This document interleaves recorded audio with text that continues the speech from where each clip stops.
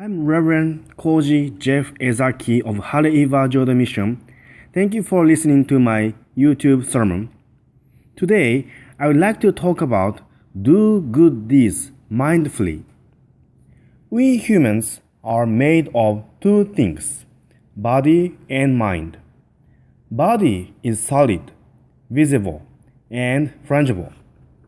When the brain and heart stop, it's called death. When the function of the body stops, our earthly body ends its activities. The brain is developed by knowledge, experiences, and information received from outside since we were born. In the process of growing up, we acquire thoughts and ideas such as likes or dislikes, joy, sadness, anger, laziness, and so on. Our brain is affected by the environment that is instilled by outside information. On the other hand, our mind, sometimes called soul or spirit, are invisible and abstract and will never die. When people die, Jodo-shu teaches us they will be reborn into Amida Buddha's land and obtain eternal life. This means our spirits continue to live at the next place. Even though our body ends, our mind will live forever. Our mind possesses wisdom with Buddha nature or Buddha mind, which is a seed to become a Buddha.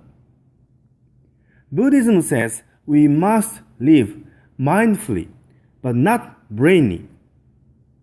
I will explain what's different with brain and mind systems and how we may improve our lives mindfully. The 20th century was a time of brain. On the contrary, the 21st century will be the time of mind. You know what I mean? In the 20th century, smart people invented new equipment and technologies of many fields. Our life improved remarkably with modern conveniences. TV, VCR, refrigerator, and microwave oven gave us better lives.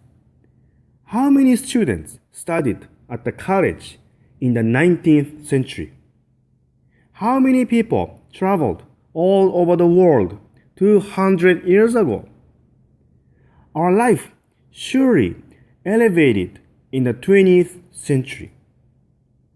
However, at the same time, bad guys with super brains succeeded and ruled the world. People are controlled and manipulated by heartless leaders in the 20th century. Now we are living in the 21st century. This century is a time of mind. Computer devices, digital cameras, and smartphones were developing rapidly. I bought Windows 95 about 20 years ago. At that time, my friend said, "Do we need computers in our homes?" Now, people cannot live without computers. By developing the internet networks, information are exposed to the world, and we can obtain them whenever and wherever, just operating a small device easily. Evaluation or rumor of restaurants, businesses, companies, or even about people spread in a moment. A month ago, the TV news showed a woman yelling from her car to another driver. She pulled her car over, walked to the other car, and harsh words were said. The episode was recorded by a smartphone and uploaded to YouTube. Her bad deeds spread in Hawaii in a day. If we use the computer network, lies, deceits, and fakes can be discovered in a blink of our eyes. Only super brain cannot live in this era. The person who heartily helps, supports, encourages, and praises others will be a leader or ruler in this century. The 21st century, with about 90 years from now, will be a time of mindfulness. Real kindness, heartfelt hospitality, and sincere thoughtfulness are honored because people crave for mindful services, mindful people, and mindful treatment. Live mindfully is a key to develop our lives. Next, let's think what kind of practice we must do to live mindfully.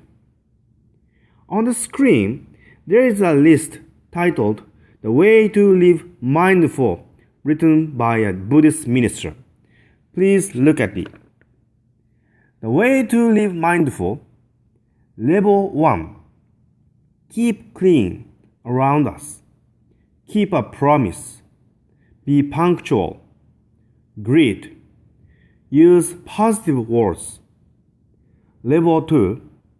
Be honest and humble. Worry about others. Respect ancestors. Cherish lives of creatures. Level 3. Show appreciation toward hardships. Pray to well-being for others. Level 4. Serve for others unconditionally. When we see these 4 different levels of good deeds, you may realize the levels of good deeds for us to consider toward others goes up, from self-love to brotherly love. Usually, telling lies, deceiving others, or controlling others as we want are based on selfishness. The person who aims only for his own profit often kicks someone down, treats others unfairly, or abuses others. When we think only about self, conflicts happen with others. That's why this reverend says, doing good deeds starts from self to gradually do for others. This is a final destination of good deeds, especially unconditionally. Unconditional love and compassion are the most powerful tools to improve our mind. Have you ever paid for air? Have you ever received a bill from the sun for sunlight? No. These are unconditional. No matter how much sunlight we get or breathe fresh air, nature never collects money. Nature never wants an obligation. Unconditional love has a power to give life to others. Buddha's love is unconditional. He always gives us energy and life. Like Buddha, if we live mindfully, we will give compassion to others, then our life automatically improves. We love people who have love, compassion, and consideration. Recently, a 17-year-old girl received a Nobel Prize for Peace in India. Men or women, old or young, rich or poor, a person who serves others will be praised. These people will be true leaders and succeed in the next 100 years. We must follow Buddha's teaching and develop ourselves mindfully. Thank you very much.